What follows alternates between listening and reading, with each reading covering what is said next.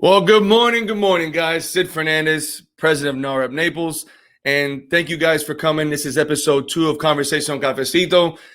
For those who didn't catch episode 1 and don't really understand what this is, guys, this is really just a platform for entrepreneurs to come together to share their stories. And what we're looking to do is just cultivate inspiration, guys, because at the end of the day, each and every one of us has the absolute ability to making a massive change in our community and the world.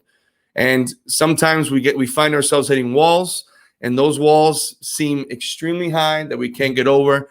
But you're going to find out that there are entrepreneurs out there that are succeeding in their life, but it came from humble beginnings, through trials. But through those trials and those beginnings, it molded them to properly propel them to not maybe go over, but maybe go through those walls.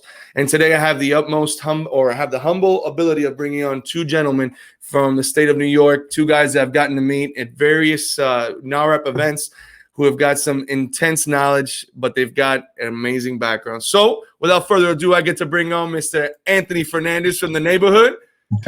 What's going on? Mr. David Barriga all the way, and both of them come from separate parts of Queens. So what's going on, boys? How are you? How you doing? All right. Good. Well, that's great, man. That's great. Listen, first and foremost, we're humbled to have you guys here. I know you guys are going through a crap ton right now, what's currently going on. But what I've loved about both of you guys as I've watched you guys from afar is the fact that, you're currently going through what you're going through, but the eye is still on the prize. It's still moving forward. But before we get into how you guys are currently molding your businesses and maybe molding yourselves through these current times, let's get into a little bit about you guys' past. I'm going to give Anthony the mic first.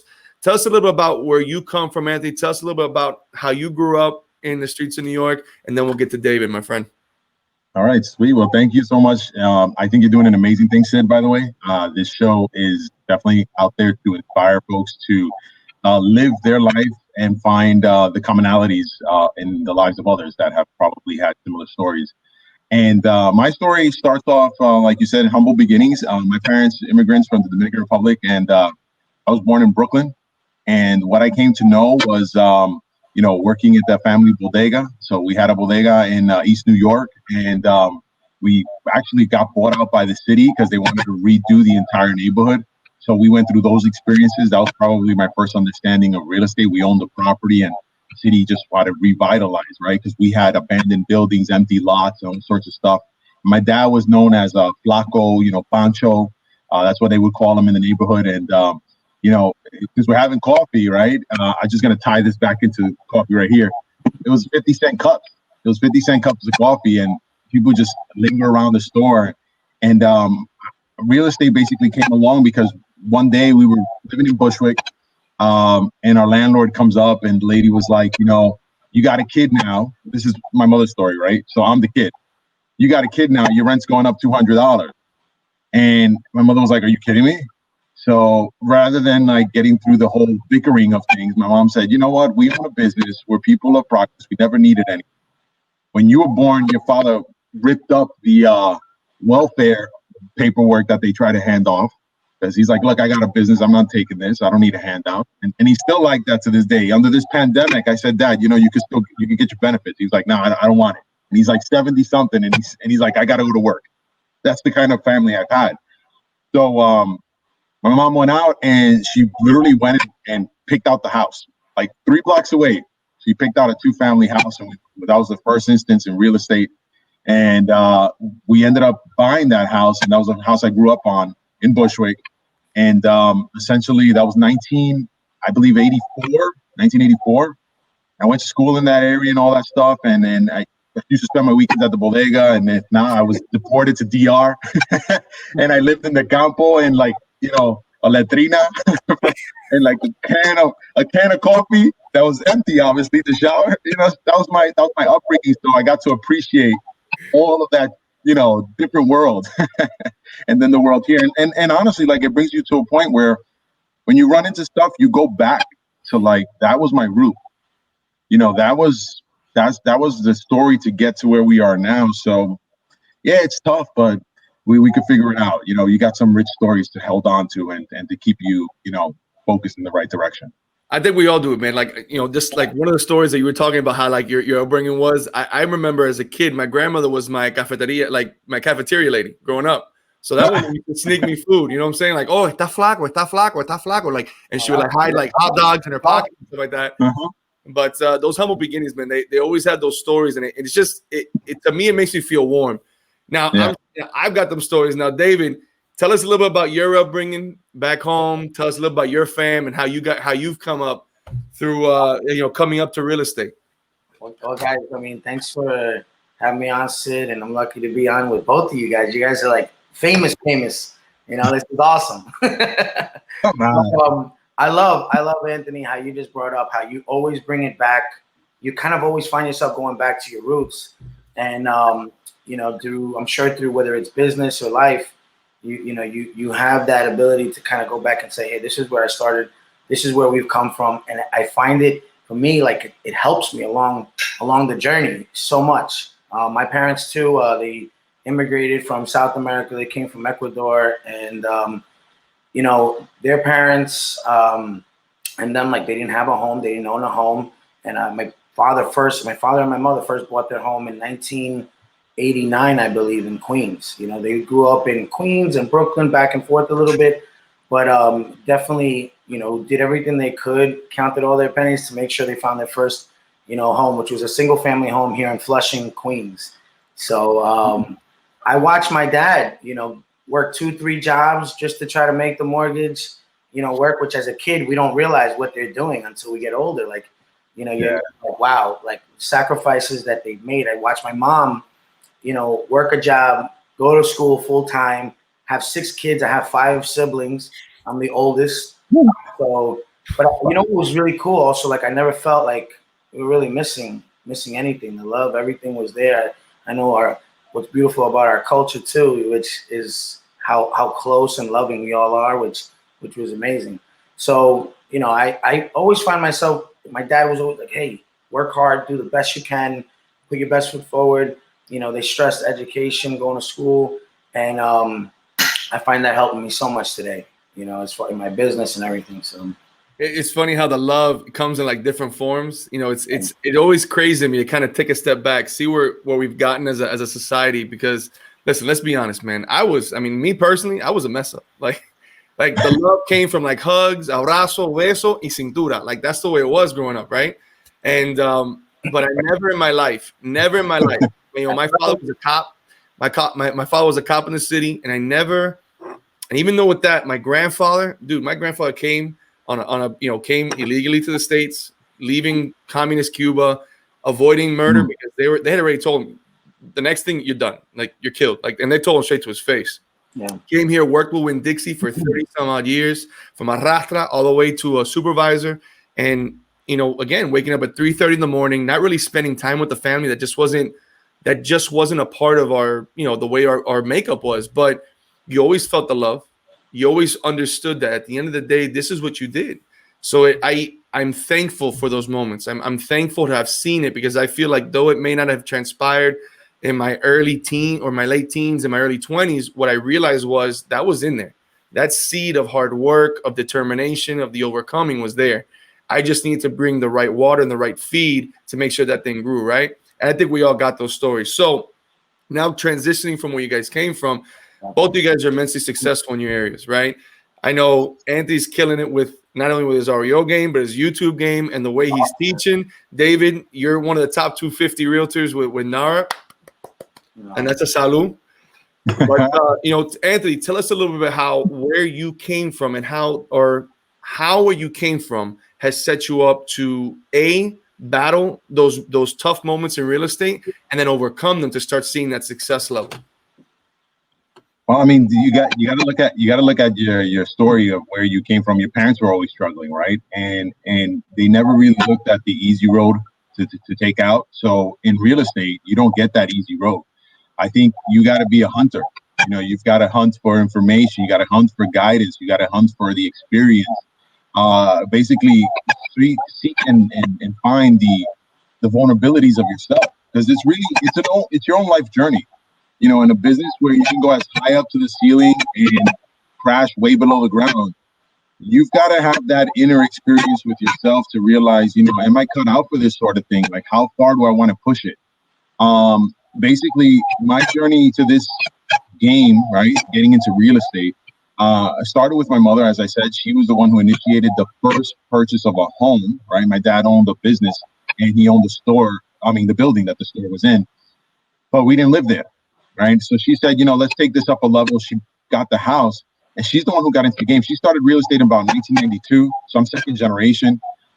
That wasn't necessarily any sort of advantageous thing for me, because as you know, when you work for your parents, they're just like, do this, do that, and it gets very interesting working for your family. But I found mentors along the way, and I was willing to mess up and look stupid, and let's do it. Let's just be that, because that's who you are and that's how you learn. And I think that those are the ways that you remember how to get better. So getting into like the REO game, it was the 4-year, chase, and interview and process to try to get on a roster. Before that, obviously I had been in the game for years. It's about 15 years now that I'm doing what I'm doing, practicing real estate. And doing so, I had got in 2005, right? So the height of the market, and none of it was really making sense to me. So you saw what happened, like with your parents and the struggles they went through, and all of a sudden, like free money was being tossed around. It woke you up to like, how do I help people? How do I come across and not just try to sell a property? I never tell people like, look, let's talk about the sale. I'm always like, what's your goal? What's your aspiration? What do you want to accomplish here? What's the purpose of us meeting versus like the outcome? I just want to make this happen, that happen. Be it that some people want to have that conversation with investors and so forth, most likely. But at the end of the day, it's still a personal thing that they are somewhat attached to. It's still a struggle behind that story and so forth. And that's what I tap into myself to keep it going, right? And into the other folks who I'm trying to help out, who, you can see it as a simple transaction, but then realize that it really goes back to the roots of their story. Why they get in the game, right? Because everything's optional. They didn't have to buy a house. They don't have to get themselves up to that next level. But once you start tapping into that story, I think you don't just develop a customer. You develop a client, a friend. You start creating a purpose, And, as a Latino, I'm congratulating them day one, because I know many who are not doing this step. So you got the pre-approval, congratulations. You're calling on a house, congratulations for calling on this house. Because it's scary. But it takes that, it takes your inner journey to get there. No, and I think it's absolutely the truth, because I think even whether you're Latino or not, there's a lot of minority families out there that don't even realize they can purchase. They can go through this process. So like every single moment, goal gets hit, it's like a gate, like a massive gate that they would have never ever expected. And I love how you kind of did kind of like you went into the fire. I think the same thing. Most of our families immigrated, and they kind of did it through the fire. So we're doing the same thing in our businesses. So I think for most of us, we kind of saw them walk through the fire, kind of like what Tony Robbins does. He says, "Hey, we'll walk on the coals." We saw our families do it. So it was almost like built into us, like, hey, listen, they went through it and they survived. Did they live the life that they did, that they wanted? Did they have dreams? For my family, sadly enough, they had to put their dreams on hold. And that's something that as I got older, I had to understand, like, these people sacrificed their dreams to allow me to do it, to allow me to do that. They sacrificed leaving a country that was home to come here to give the next generation that opportunity to achieve it. And that didn't hit me really till probably my late 20s, that it really started to, I was like, damn, I'm taking this for granted. Now, David, almost kind of the same story. You had your family that came over here, right? Yeah. And now, do you have lineage as well in real estate, or No, not at all. I'm actually one of the first ones. But just to touch on what you just said, like I was just thinking about that last night. I was talking to my brother about that and how our families, like I feel like we owe them so much more. They did everything they could to put us where we are today. We have to keep it going and keep, being the best we can be, moving forward. But I don't actually. I was the first one, and I kind of did this whole winding road through life, to get to here. And it's funny, I had no previous knowledge, no previous experience. None of my family members, my father, and my mother were, as I mentioned, were homeowners, but they weren't investors. They didn't really know so much about real estate. I want to say out of high school, my senior year was when the towers came down, definitely was inspired and motivated to serve. So I ended up applying. I was going to go directly into the Marine Corps, but got into one of the service academies. It's the United States Merchant Marine Academy at Kings Point. And that place right there, I feel like really changed, really helped me and taught me so many lessons at home. Like I mentioned, there was so much love, and my father and my mother obviously taught us so many values of hard work and love and being honest on the whole way through. But at Kings Point, I feel like we had the opportunity to really try to hone like leadership skills and just grow yourself as a person. I know you served in like honor, courage, commitment, being early, being on time, like all these values. Serving something bigger than yourself. Like all these things were really instilled that I just fell in love with, which I was one of the first ones in my family too to decide to wear a uniform. And I found it to be the best experience in my life, but also learned some of the toughest lessons. I had some of the biggest failures that I feel like also made me who I am today. I want to say about 3 months before I was getting ready to graduate, the previous summer, I had just gone away to Officer Candidate School for the Marine Corps, graduated top 10 in my class that summer. I failed. I failed a few, academic classes and was academically disenrolled right before graduation. And I kind of found myself in a place like, what am I going to do? Where am I, what do I do? And I remember, it's really like kind of foggy, but my father's like, what do you want to do? Pick yourself up, keep going. You want to try and go back? And I was just kind of like, oh man, like I was in a mix of so many emotions, but long story short, I mean, that's a whole nother thing, but it kind of propelled me to like, all right, what else am I going to do? I was a father already, I had to figure out, what am I going to do for a career? Do I go to work right away or do I not? I actually chose to go to school. I changed my story. So I'm saying this because I'm sure there's so many people out there that are still trying to figure out their path, trying to figure out what to do. And I think if you just, keep to your values and you keep moving forward and you keep trying to be good and serve others, you're going to find it. It just so happened that after going to school for math, ultimately for teaching, then speech pathology, did my master's. While I was in my master's of speech, I started doing real estate because there was a realtor that was a parent on a soccer team that I was coaching. And he's like, I think you'd be really good at this. And I was like, I was always interested in real estate, but you really don't have, I mean, I'm sure, I don't know your experience, but sometimes it's hard to find help. It's hard to find people that are willing to share their knowledge in real estate. And I really didn't know anybody. So that person took me under his wing. I got my license and then kind of just started going from there. That guy was so he's so influential. We still keep in touch. We still see each other quite often. Even we're not even in the same companies, and I still go to him for so much advice and love. So I got into real estate kind of by accident, I want to say, and just to find out that I'm passionate. I absolutely love it. My parents, I asked them, what was your experience like when you bought your home? I'm about to become a realtor. Like, what are you looking for? And their experience, they said, it was much different back then. They actually felt like they were missing that guidance. They didn't speak the language. They were learning the language, and they felt like they didn't feel like they were guided well. So I kind of took all these things and I was like, I want to be the best person. I want to be the realtor that my parents never had. And that's how I kind of just moved forward, trying to help as many families as possible, man. Dude, those stories are like, it's funny how they all intertwine, because then I feel like all of us got these connections with those stories. Like, the military for me was a wake up. Like, I'm not even kidding you. I had a scholarship lined up for basketball, dumped it because of dumb mistakes, went to community college, got D's and F's, which I thought was good grades, and then started working full time with my step grandfather. And bro, like one day I came home, I'm gonna be honest, I was a little bit lit. And I came home and I remember walking, I was like 3-something in the morning. I walked into my brother's room because my room and my brother was right next to each other.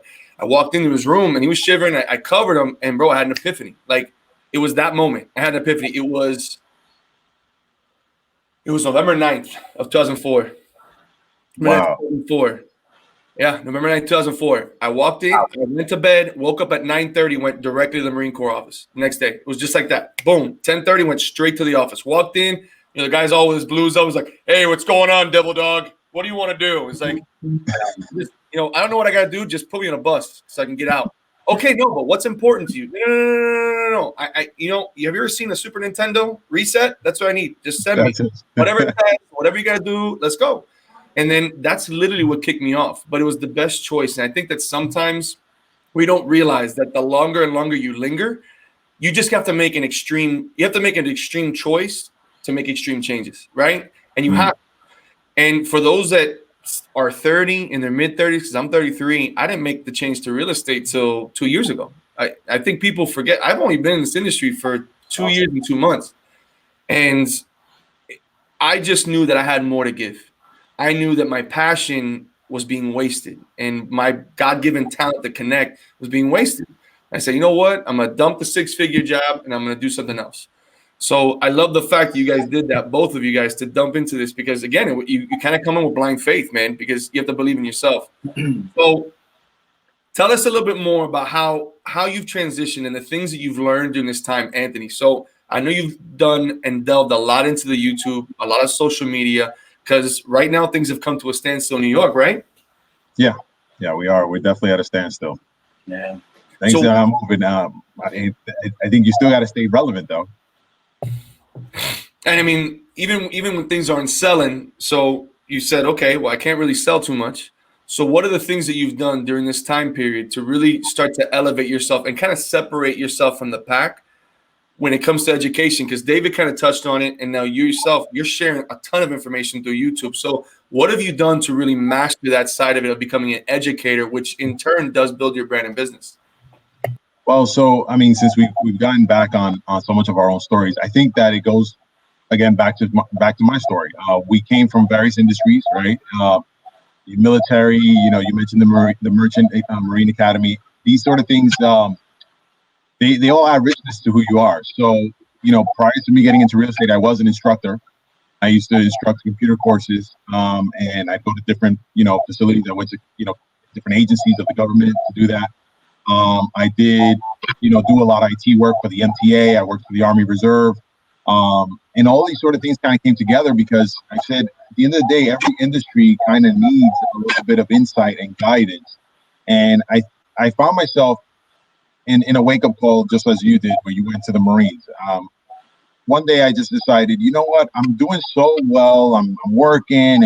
At the end of the day, I'm just going to become butter on a frying pan. It's going to sizzle right through from one side to the other, and nobody's going to know who's even there. They're just going to say, I heard something, but I don't know what it was. And I said, how about I start documenting it and then propelling that forward to other people who probably have the same questions or going through certain difficulties. And if it hits, it hits. If it doesn't, it doesn't. Whatever. It doesn't matter. I'm here. I got to spend the time on something. And it wasn't just because of the pandemic. I just felt like at the end of the day, you grow by helping others grow. And if I said something that ended up connecting to you and that helped you not make a mistake or, choose the right path, whatever the case, then that's what it is. I'm just paving roads. That's all it is. I'm just paving roads and just delivering a message.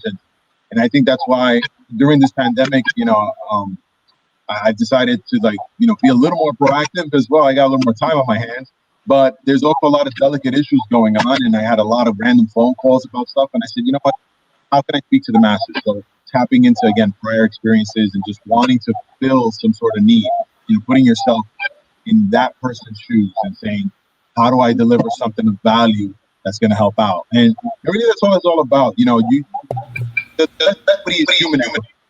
So once you got that, I think that everything else becomes attainable because everything else, in my opinion, is simply static, right? We're the ones who, decided to build houses and make a market out of it. We decided to make a currency and not trade cows and goats. So everything's made by us, right? So I think human equity is the most valuable equity, and that's why is what it is. I don't want to be butter on a frying pan. Amen to that. Amen to that. And in the education side, I mean, the fact that you were an instructor before, I think obviously has given you a leg up to becoming the educator you've been, because I've checked out a lot of your videos. And I just love I love the style. It's very real. It's very smooth. It's just, it doesn't seem like it's forced. And I think a lot of people try to educate. And I think, bro, if you know the knowledge, give it. Just deliver it. Now we talked about education because David, you obviously have someone that you're confident on. I've just learned that I know I'm very confident in my own skin. Yo sé que yo soy un loco. I get it. I think everybody's crazy, bro. Like we all have the coffee. if you embrace your crazy, you embrace who you are. People are just like, you know, man, he's local, but I'll put up with it because he just kind of shines. So how has it been transitioning from being the one educated to now educating in your business, and what has it done for you? You know, I have a team now, and obviously I'm always, you know, open and love sharing, you know, anything that I know, anything that I can help any other realtors, just the same way so many realtors in the past have helped me along the way, you know. I find that it's funny, like the more you help other people, the more you end up learning even more about yourself, learn about your business, the more you can actually, you know, grow. I think I mentioned earlier I was a soccer coach too, and I found out that, you know, when you're in the role of kind of being the one who's being taught and then teaching something, it's two different seats, and there's so much that you can learn from both, you know, but a lot of it is learning about yourself, you know. So now, like I just find it really rewarding to have that opportunity. Like today, with what's going on, I find with technology is probably the biggest thing. People ask me, I still feel like there's so much for me to learn, and you know, I can learn so much from you guys. I haven't started a podcast or done much on YouTube. I'm actually not gonna lie, I'm actually pretty nervous to do that stuff. I'm sure so many people are, to get in front of video like we are today. But you know, like I do feel comfortable. I'm not afraid to try something. I'm not afraid to get out there and learn. During this period, you know, just like you guys have both spoken about, I'm not used to standing still. You know, I found this very difficult. So I'm like, what else can I do?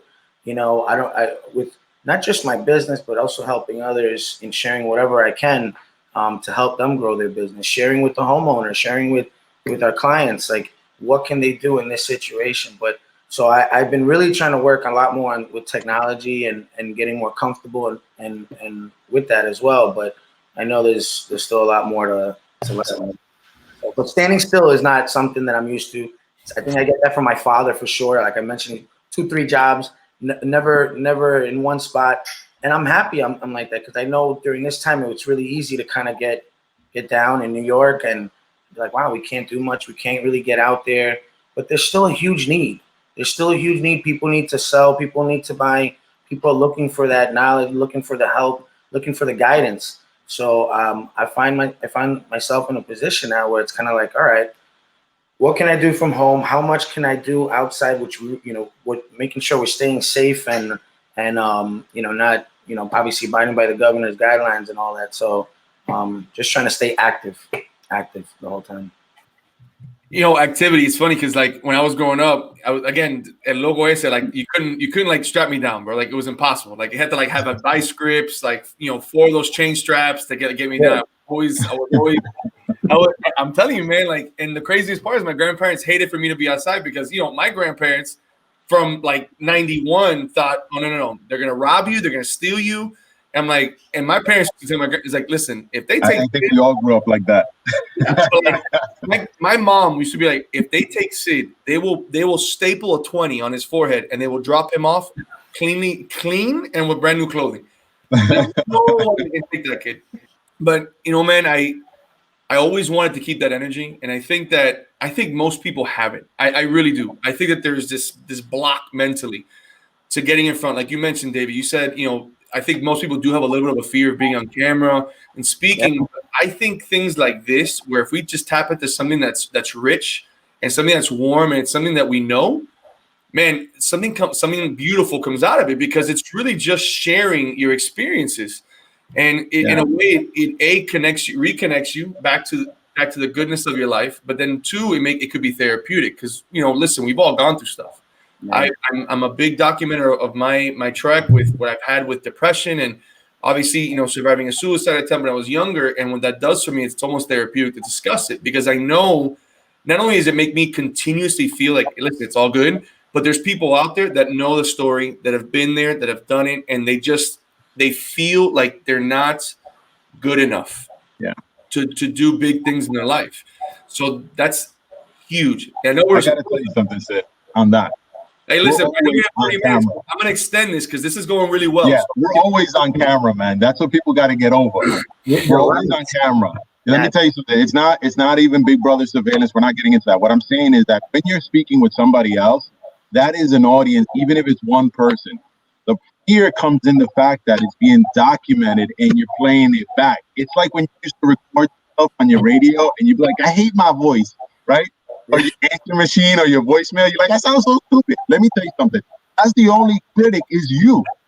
Cut it out. At the end of the day, the other person is already got their judgment, their thoughts, and everything that you say. But if you can shut up that little voice inside your head, then you have no problem in putting it out there, because you're never putting something out there that's not giving value, right? Our parents taught us that. You know, you ain't got nothing nice to say, keep your mouth shut, right?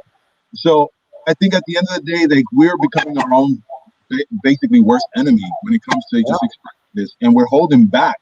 We're holding back what could be of value to somebody else and not putting it out there. I think that's what it really is. Because as Latinos, we're multitaskers. We do, you know, David's had his parents had a whole bunch of kids, and he never missed the love, right? They never missed giving it to him. I think that's what it is, man. I think we can come back to a point where, you know, I pop off a video, I do something, but you got to be comfortable to get laughed at, you know? And even if it's yourself, like, laugh at yourself, whatever, man. It's life. You only got one life, bro. You got to do it. You got to do it. And Anthony, I think like what you're saying, like it's so helpful for all of us realtors, especially today. Like, we're all going to need, this is the future, technology, getting on video, you know, being out there, you know, just stepping out of your comfort zone. You know, when I was like, of course, like, that's one of my goals this year. I'm like, I am going to get on video so much more. And this is awesome. And being on with you guys has been a blessing. Man. So. And realtors is the start, bro. Realtors are the start of building communities. You know, at the end of the day, we start introducing other neighborhoods to other people and bringing other people in, and that's where you start building a house, to a block, to a town. You know what I'm saying? And people start becoming. I hate to use my phrase, but it's what it is. People start becoming from the neighborhood because now they have something to connect to. There's a community. I love that, by the way. From the neighborhood. It's not an address. It's a conversation, you know, where people start tying into things. And then they just start having conversations over coffee with Fernandez. You know what I'm saying? That's what happens. But thank you for saying that, because I was not born in Naples. Hell, I wasn't even born in Miami. I was born, people may not know this, but I was born in Alabama. Now, not because I'm from there. My dad was in the service. I was there for 9 months. I was there for 9 months. But Miami was home growing up. But really, you know, Naples is home now. This is where my kids are raised. This is where I'm taking the nutrients from the community, right? The things that I've learned, the knowledge that I've learned. Now, what am I going to do to give back? That's how, you know, if you think about it in an ecosystem way, the only way that the circle continues going is if you take the nutrients to feed and grow, but you got to give back to it. And that whole from the neighborhood thing, I love, because it's your neighborhood. Thank you got to rep it. You've got to, and if you're going to rep it, you know damn well you're going to do whatever you can to make it the best hood, because you're the one selling it. So you've got to ensure you have skin in the game now. Well, you know where I'm going with that. So yeah. So I wanted to say one thing before I get to that story, because I know you have a Bustelo story back in Miami. Back to Miami, Before we get to that, there's actually a saying. So I'm big on music, right? And during this whole nonsense, you know, YouTube I feel like YouTube saw my soul and was like, you know what? There's some new stuff I want you to listen to. So I found this called Senabo Say. She's like some Swedish or Swiss artist, and she put a quote by Aristotle. So, and this is going to be, and if you're looking and watching this at whatever point, and you have this fear that criticism is going to kill you, I'm going to give you this Aristotle quote. Remember, Aristotle was many years ago. To avoid criticism, say nothing, do nothing, be nothing. Because no matter what step you take, you can take the step forward in the best of ways. Someone's going to criticize you. That's it.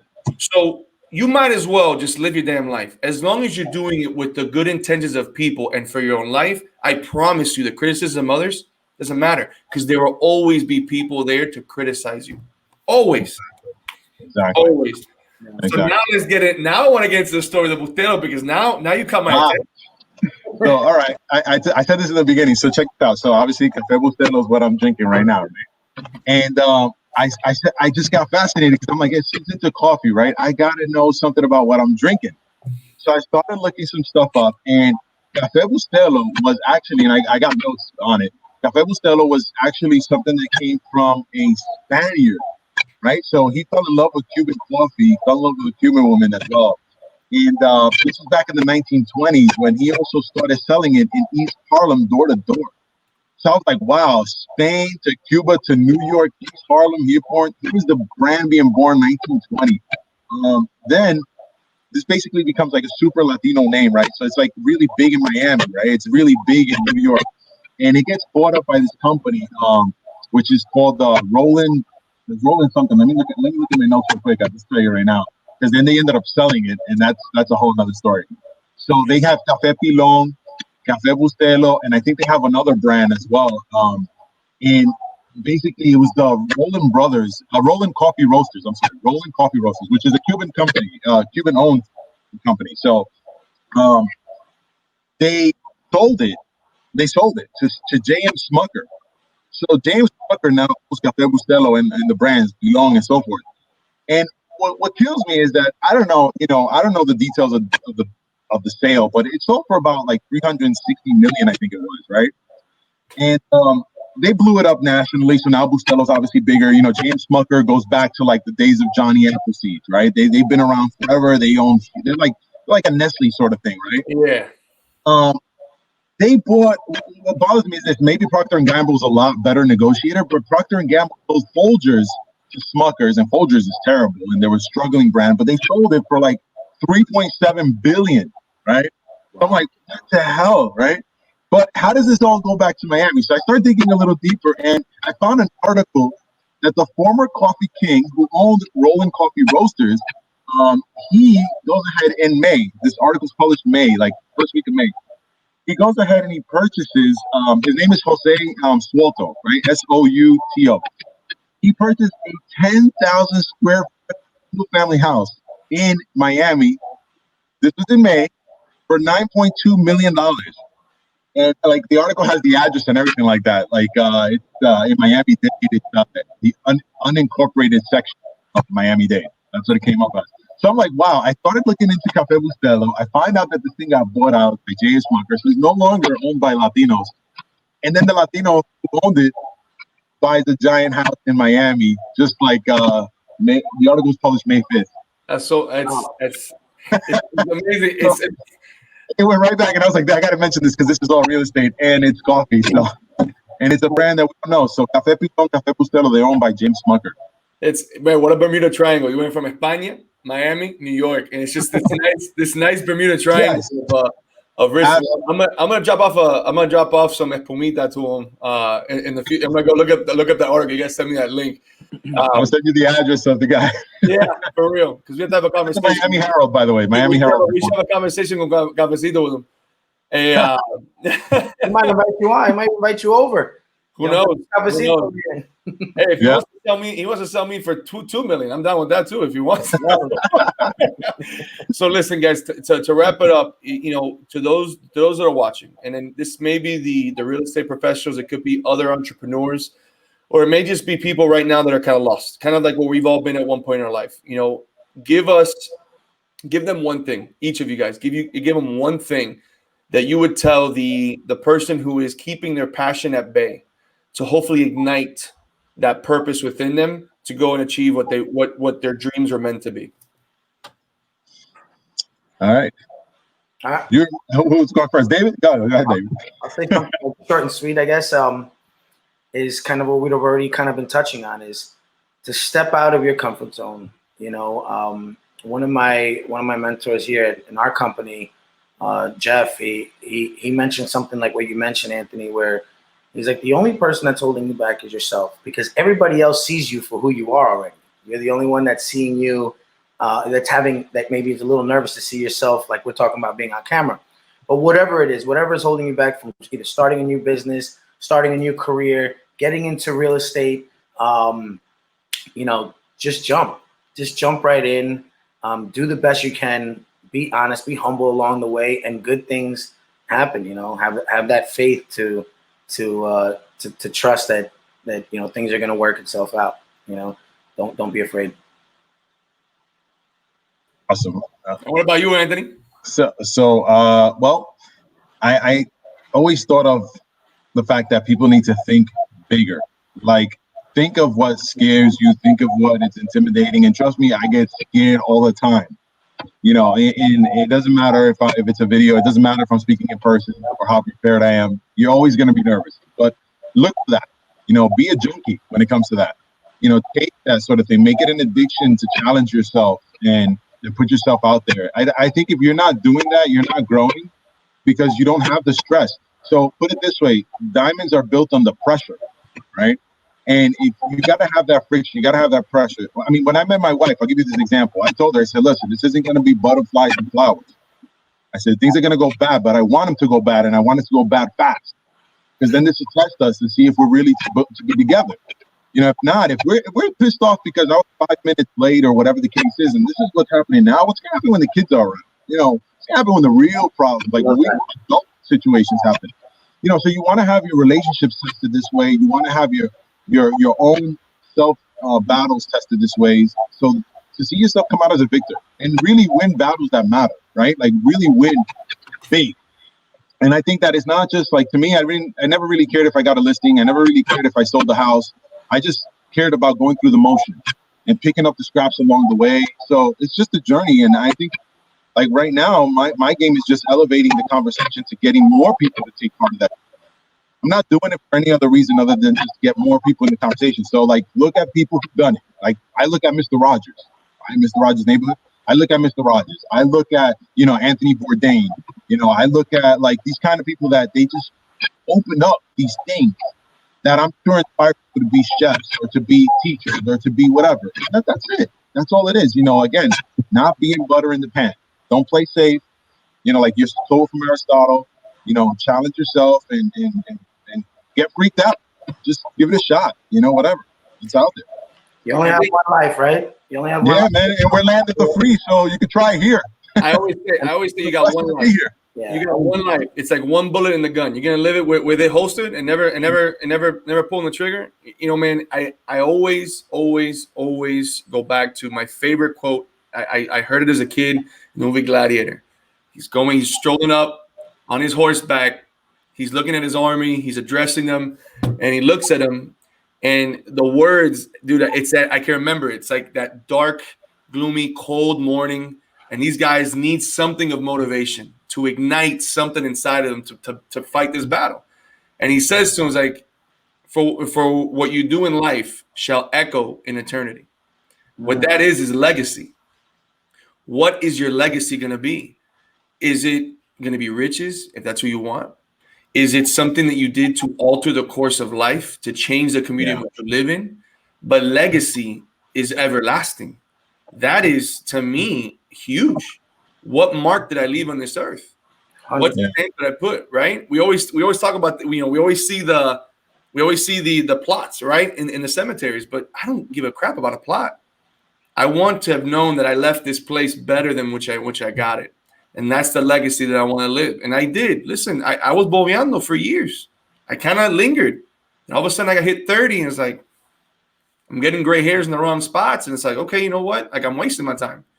But just go out there and do it. And don't fear it. Remember, back in the day when you had scars, people loved it. It was a badge of honor. Wear that badge of honor. Life is not meant to be pretty all the time. But like any artist will tell you, no masterpiece started done. There had to have been lines and started. Those ugly points were done until the masterpiece was created. So go out there and paint your masterpiece. Boys. Awesome. Bro, thank you so much for being. I am truly humbled to be in your guys. It was worth the extra time, man. It was really good. I enjoy this type of stuff. I love conversation, and Lord knows I love Cafecito. Guys, continue to be safe up in New York. Anything you guys ever need. All right. And for anybody else out there, you know how to reach them out. Anthony Fernandez on Facebook. Or From the Neighborhood on Instagram. David Barriga, he's on Instagram. He's on Facebook as well. If you guys have any questions for him, reach out to him. Guys, have an amazing day, guys. Thank you. Guys. Awesome. Stay blessed, man. Yes, man. Guys, I want to thank you so much again for being here with us. You know, like I said, this series is something personal to me. I grew up loving conversation as a kid who didn't read very much as a kid. People were always my books.